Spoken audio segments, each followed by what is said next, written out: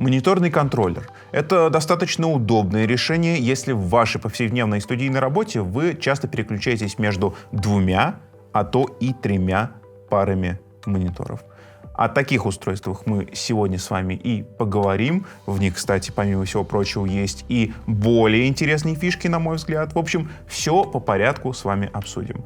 Друзья, здравствуйте и добро пожаловать на канал «Давай запишем». Здесь мы с вами говорим про аудио.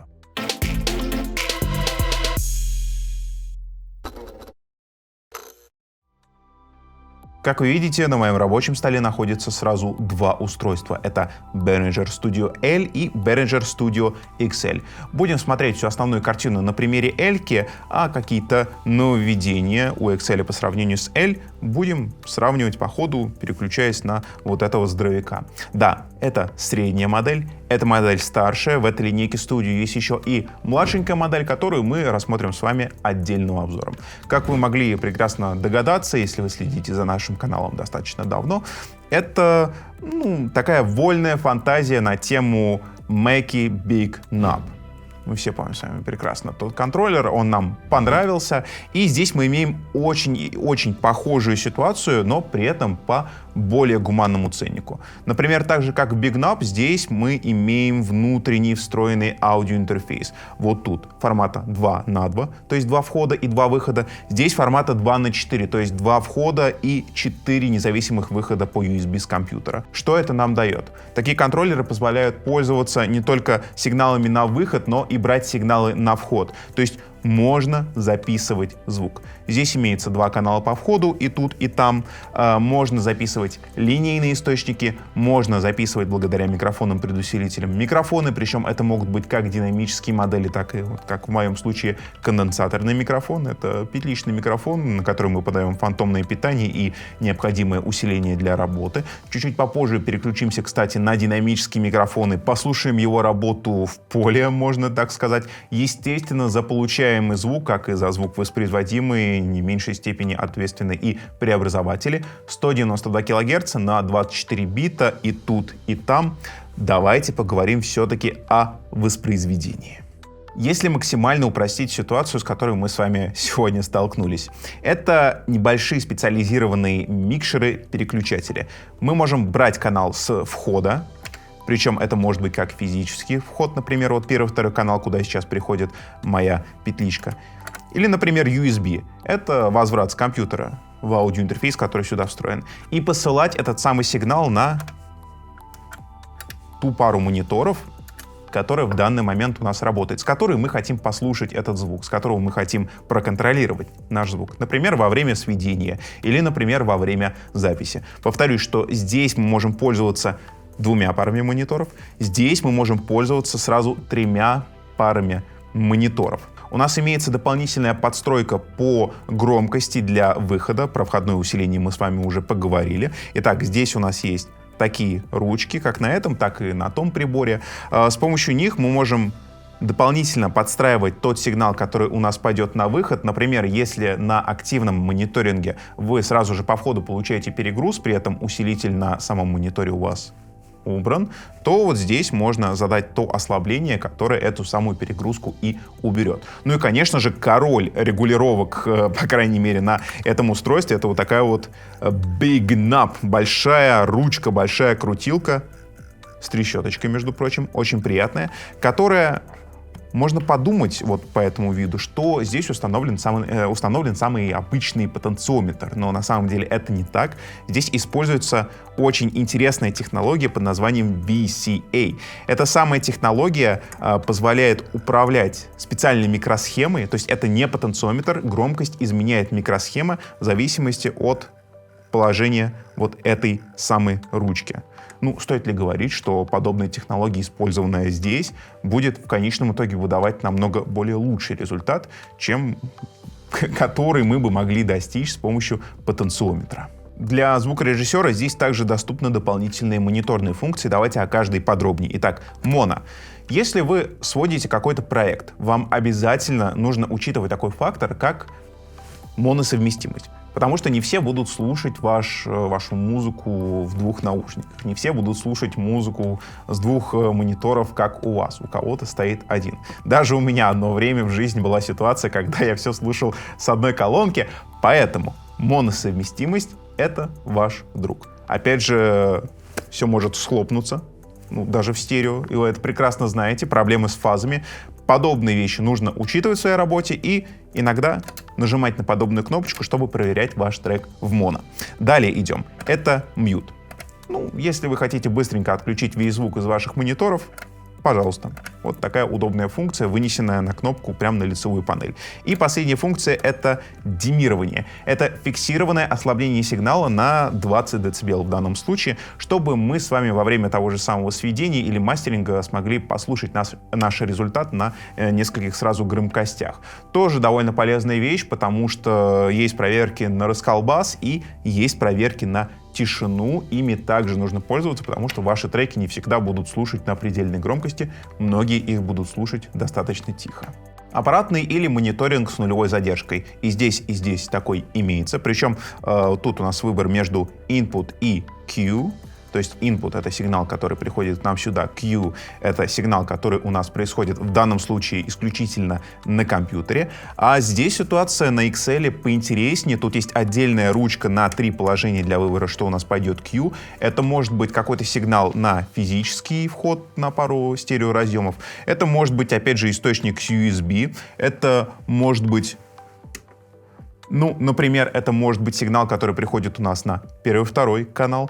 Почему? Почему здесь такой выбор? Потому что тут более развитый роутинг, более развитая маршрутизация. И тот же самый Q здесь мы можем использовать, например, для отправки одного варианта звука на первые наушники, а второго варианта звука на второй наушнике. У нас здесь он не независимый, то есть на 2 разъема для наушника, которые здесь имеются, у нас подается либо Q, либо two-track на выбор. Тут ситуация более развитая, именно поэтому и Q у нас имеет более развитые настройки, чтобы как-то развязать нам руки. Опять же, прямой мониторинг аппаратный здесь имеется, просто выбираем, что именно у нас будет значить Q, и задаем соотношение. Напомню, что штатно, допустим, на примере L, как эта штука может использоваться. Мы с вами пишем вокал, и мы хотим слышать и наш голос, который приходит на вход этой штуки, и минус, который звучит у нас в цифровой рабочей станции. Настраиваем то соотношение по звуку, которое нам необходимо, и начинаем запись. Каналы по входу. И, как вы уже прекрасно поняли, здесь они не только физические, но и виртуальные, можно их так назвать. То есть это возвраты с USB. Поскольку здесь у нас интерфейс 2 на 2, то 2 USB канала у нас приходит сюда. На интерфейс 2 на 4 мы получаем 2 стерео USB. То есть это обычный USB и дополнительный канал, который сюда у нас также приходит. Спереди у нас есть дублирование входных каналов последних. Для чего это может быть использовано? Например, вы хотите подключить сюда плеер или какое-то мобильное устройство, послушать его у себя в мониторах или дать в мониторы исполнителю. Как именно это сделать, чуть-чуть попозже я вам объясню. Для этого нам в комплекте, помимо всего прочего, с проводочком USB, кстати, для подключения компьютера, прикладывают и вот такой провод. Это обычный маленький джек на маленький джек в стерео для подключения к этому самому разъему, который вынесен на передней части корпуса и того прибора. Мы перешли на динамический микрофон. Давайте поговорим про Q-Mix, вернее, про физическое воплощение Q-Mix, потому что на XL есть пара разъемов под Q-Mix. Для чего их мы с вами можем использовать? Например, у нас ситуация, когда в своей студии мы не используем вот это устройство в качестве центрального, то есть это и звуковая карта, и микшеры, и все, что только можно подумать. Мы используем микшерный пульт вместе с этим устройством. Как раз таки звук с микшерного пульта с помощью проводов мы можем забирать, заводить в Q и дальше маршрутизировать их куда только нашей душе угодно. Например, можно этот звук направить в мониторы для наших исполнителей. Например, мы записываем отдельных людей в отдельный тон комнате, и там у нас расположен усилитель для наушников. Для этого самого усилителя здесь имеется выход Studio Phones. Тут можно использовать обычный two-track, как раз-таки вот вам и способ, с помощью которого можно подавать звук с телефона или звук с плеера в наушники вашим исполнителям. Просто используем специальный дополнительный не выход для мониторов, а two-track или phones к исполнителям, подключаем усилитель для наушников, и наши исполнители прекрасно слышат этот звук. Опять же, здесь под Studio Outs у нас есть дополнительное усиление. Можно включить, можно выключить. Ну, здесь у нас two-track — это выход, можно сказать, он такой универсальный. То есть он будет использоваться для различных подключений. Подключить какой-то другой аудиоинтерфейс, записать стерео отсюда в рекордер, например. Подключиться, опять же, обратно во вход микшерного пульта. Two-track именно тут мы и будем использовать для подобных целей. Talkback. Это замечательная функция, которая поможет вам, как звукорежиссеру, связываться с вашими музыкантами-исполнителями, которые, возможно, находятся в ином помещении, как в ситуации, которую мы разобрали чуть раньше. Смотрите, здесь у нас есть микрофон.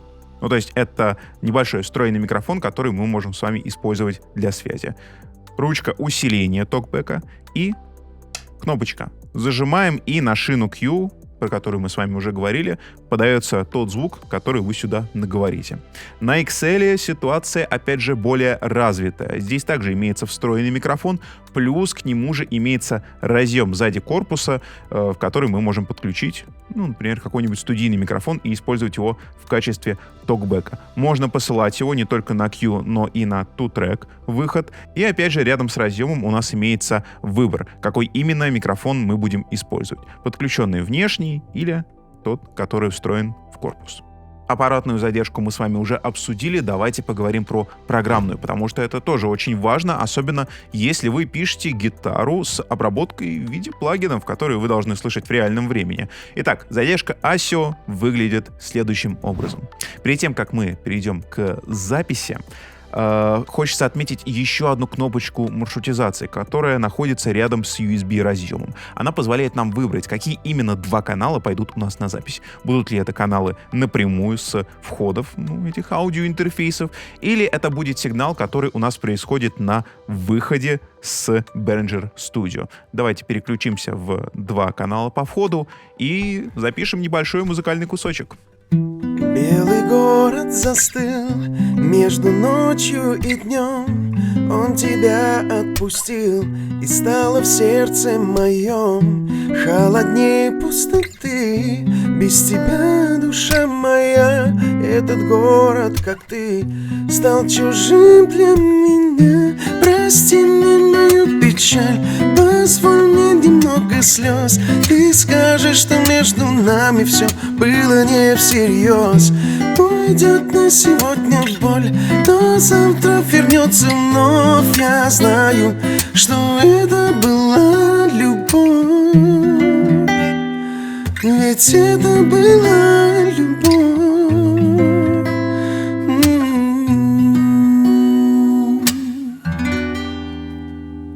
В итоге, что же это все-таки такое? Если бы меня попросили подобрать одно слово, то, скорее всего, я бы сказал «удобство». Да, это действительно те устройства, которые привнесут удобность и, я бы даже сказал, сделают более приятной вашу каждодневную студийную рутину. Да, не стоит скрывать, что это копии устройств от Mackie. С другой стороны, сложены они достаточно ладно.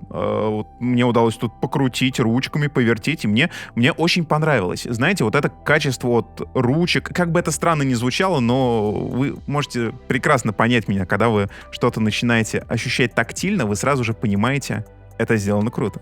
И это сделано на должном уровне.